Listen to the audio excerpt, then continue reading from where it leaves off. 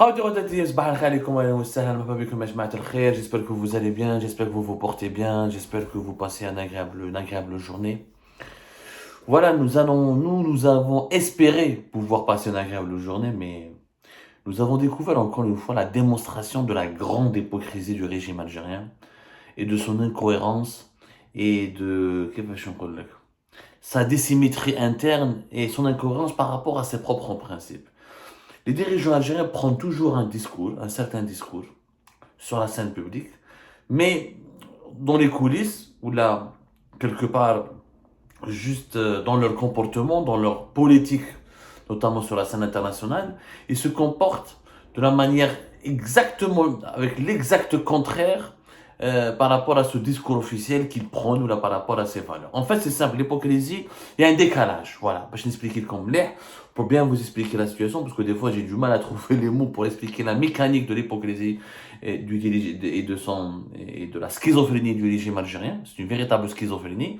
Il y a un décalage entre le discours interne face aux Algériennes et aux Algériens. Les dirigeants du régime algérien tiennent un discours particulièrement compliqué et complexe, mais avec la communauté internationale, ils ont un comportement, une attitude totalement différente avec les principes même prônés dans le discours qui est véhiculé à l'intérieur du pays. Regardons un exemple aujourd'hui très parlant. Alors, récemment, le président de l'Ouganda est venu en Algérie. Le président de l'Ouganda, M. Yoweri Museveni. Yoweri Museveni, c'était l'un des vieux présidents de l'Ouganda, l'un des chefs d'État africains les plus vieux et les plus âgés, et l'un des dictateurs d'ailleurs les plus historiques du continent africain. Voilà, parce que Museveni, il est pratiquement au pouvoir depuis 1986. Alors, depuis sa venue le 11 mars dernier, il a fait une visite d'État. Rohoujoufou, donc, comment il a été accueilli, on lui a déroulé le tapis rouge, et il a rencontré personnellement, il a été honoré par Abdelmajid Tebboune, qui lui a exprimé, alors je cite les communiqués de la présidence de la République algérienne, Algérie-Ouganda, convergence de vues autour des questions d'intérêt commun. Président Museveni, l'Algérie est un partenaire fiable pour l'Ouganda. Le président ougandais, donc, il s'est entretenu ensuite avec le Premier ministre, avec le président du Parlement algérien, avec le président du Conseil de la Nation. Algérie-Ouganda, convergence totale des vues sur le Sahara occidental.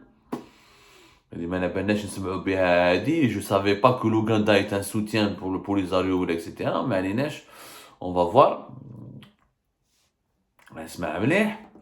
Je continue. La série d'annonces qui a ponctué la visite d'État du président de l'Ouganda en Algérie. Signature de 2 accords et de 5 mémorandums d'entente.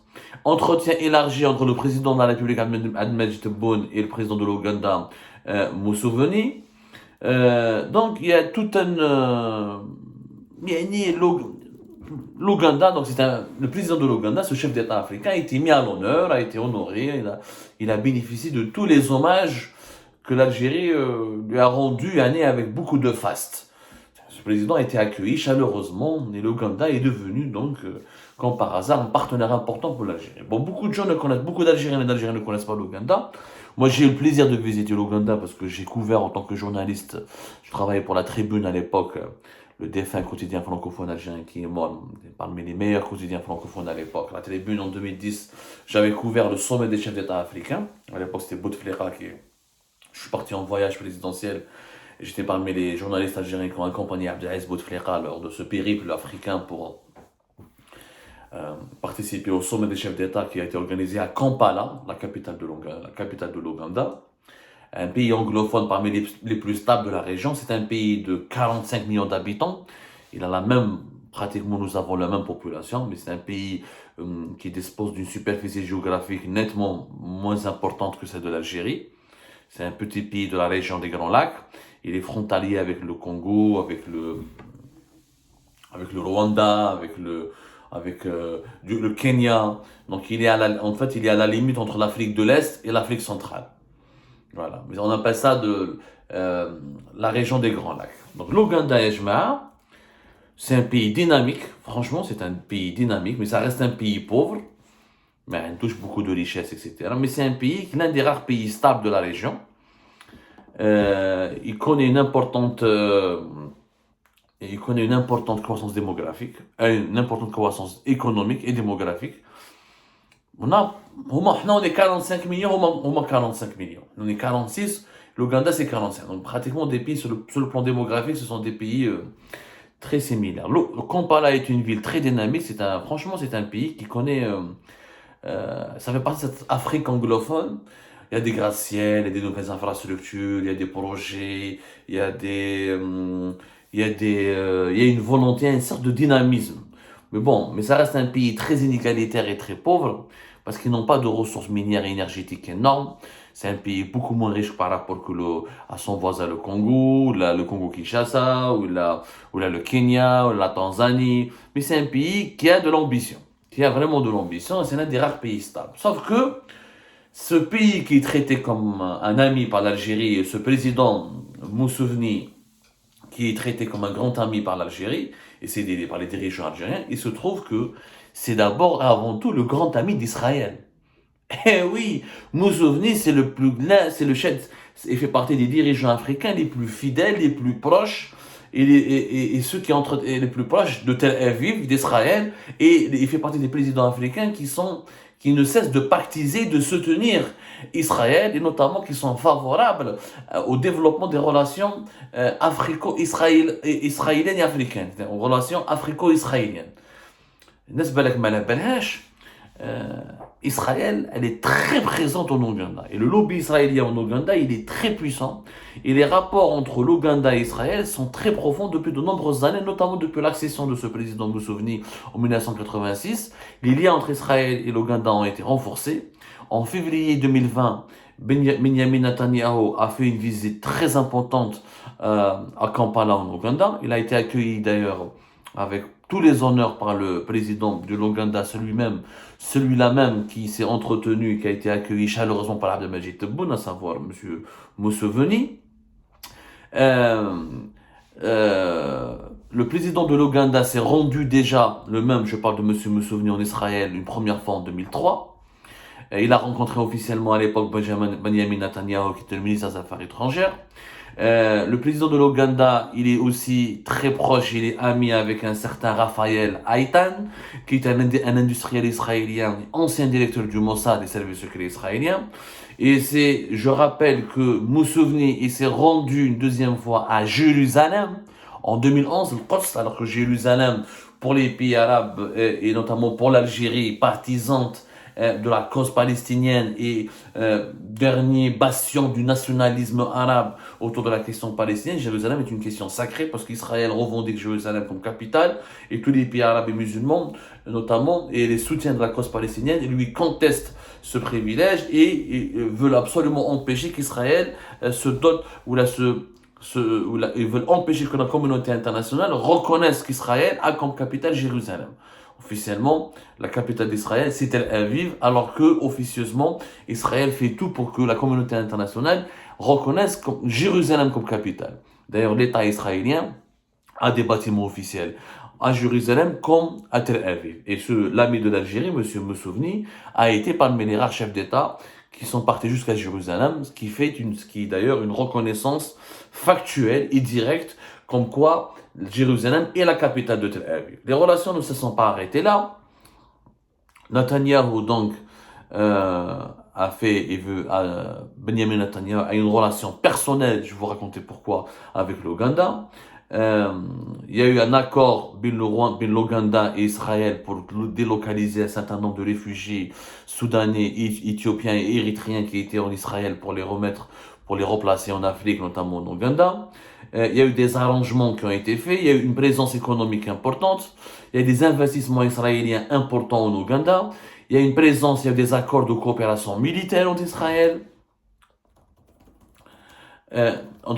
et l'Ouganda. Il y a une série d'accords et une alliance, il y a une véritable alliance. Et l'Ouganda fait partie des pays africains, de l'Afrique subsaharienne, qui sont encore une fois, les plus proches et qui ont une proximité exceptionnelle. Franchement, une proximité exceptionnelle. Bint El Aviv vous compare. Et pourtant, on est en train de nous expliquer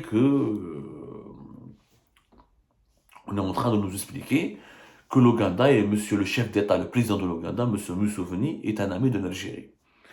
Wallah, ma fahmnakom. Ta'arfou bli l'Ouganda et Israël, c'est une relation particulière, parce qu'en 1904, 1903-1904, les sionistes, lorsqu'ils étaient le mouvement du sionisme, lorsqu'il était gouverné, lorsqu'il était dirigé par Theodor Herzl, avaient, avant même de s'installer et de coloniser la Palestine, entre guillemets, les Israéliens, les sionistes, les partisans, c'est-à-dire le projet politique qui a abouti à la création de l'État israélien, l'idéologie qui a été, comment dirais-je, qui militait depuis la fin du 19e siècle et du début du 20e siècle pour la création d'un État juif, pour permettre aux Juifs de se réfugier dans ce pays-là et d'éviter les pogroms et la persécution dans les pays européens, avait négocié, Theodor Herzl, donc le leader historique du mouvement sioniste, avait négocié avec l'Empire britannique une concession entre l'Ouganda et le Kenya pour fonder le premier État juif là-bas, sur le continent africain.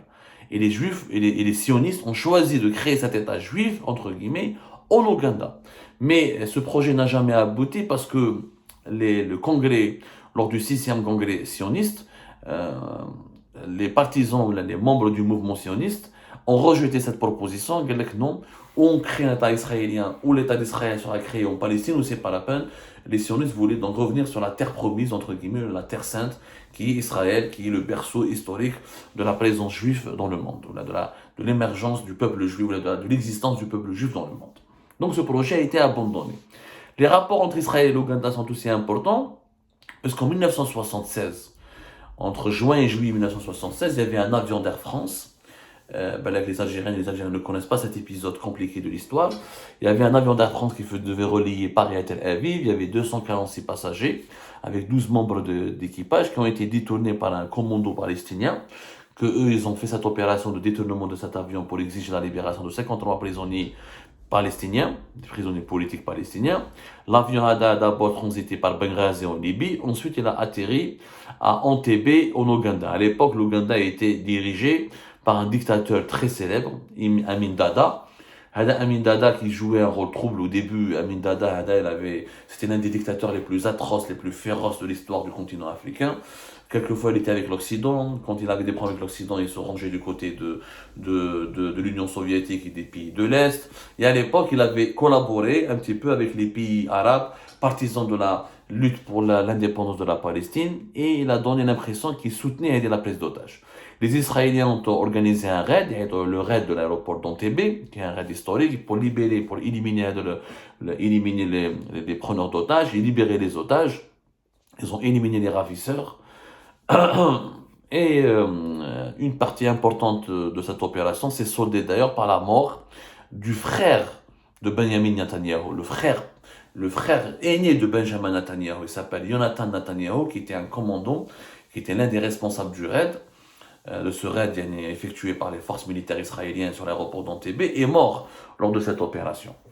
Donc c'est pour ça que Israël ensuite, elle a tout fait pour éjecter Amin Dada, pour provoquer sa chute, et elle a beaucoup aidé ce qu'on appelle aujourd'hui l'actuel dictateur de l'Ouganda, Yoweri Museveni, à prendre le pouvoir. Depuis 1986, il est à la tête de son pays.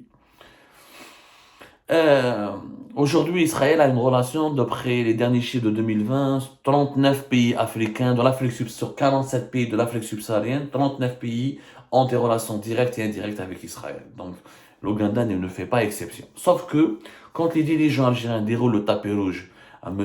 Museveni, et quand ils le présentent comme le grand ami de l'Algérie sur le continent africain, ils devraient peut-être revoir leur jugement et arrêter de se foutre de notre gueule. Tu ne peux pas, sur le plan interne, diaboliser Israël, diaboliser tous les opposants ou là, les journalistes ou là, qui ont eu une relation indirecte et lointaine avec Israël et considérer comme traîtres toutes les personnalités qui parlent d'Israël ou là qui prônent un rapprochement avec Israël ou là qui essayent d'évoquer l'idée de comprendre comment on peut avoir un rapport indirect ou là lointain avec Israël. Et d'un autre côté, tu reçois avec tous les honneurs et tu considères et tu attribues le titre de grand ami de l'Algérie, un président africain qui est l'allié le plus important d'Israël sur le continent africain, notamment dans l'Afrique centrale et l'Afrique de l'Est. Les importations d'armes, les coopérations économiques et agricoles, les infrastructures énergétiques. En 2014, les accords qui ont été signés pour l'accueil des réfugiés entre Israël et l'Ouganda. Les visites de M. Hada, le grand ami de l'Algérie, nouvel ami d'Alger, M. Messouvni, à Jérusalem en 2011 et à maintes reprises en Israël à Tel Aviv. Il y a une incohérence et une contradiction totale.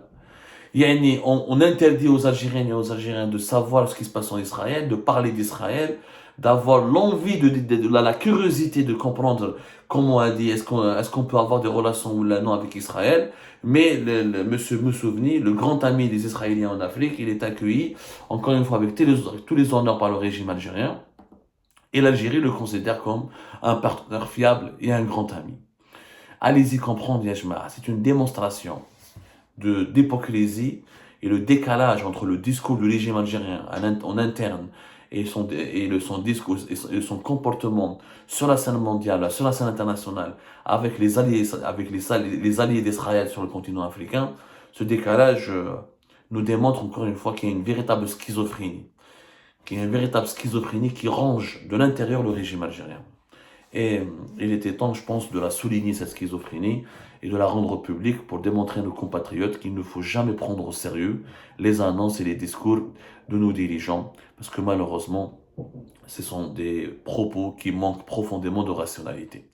À tout à l'heure pour d'autres éclairages et d'autres analyses et d'autres révélations.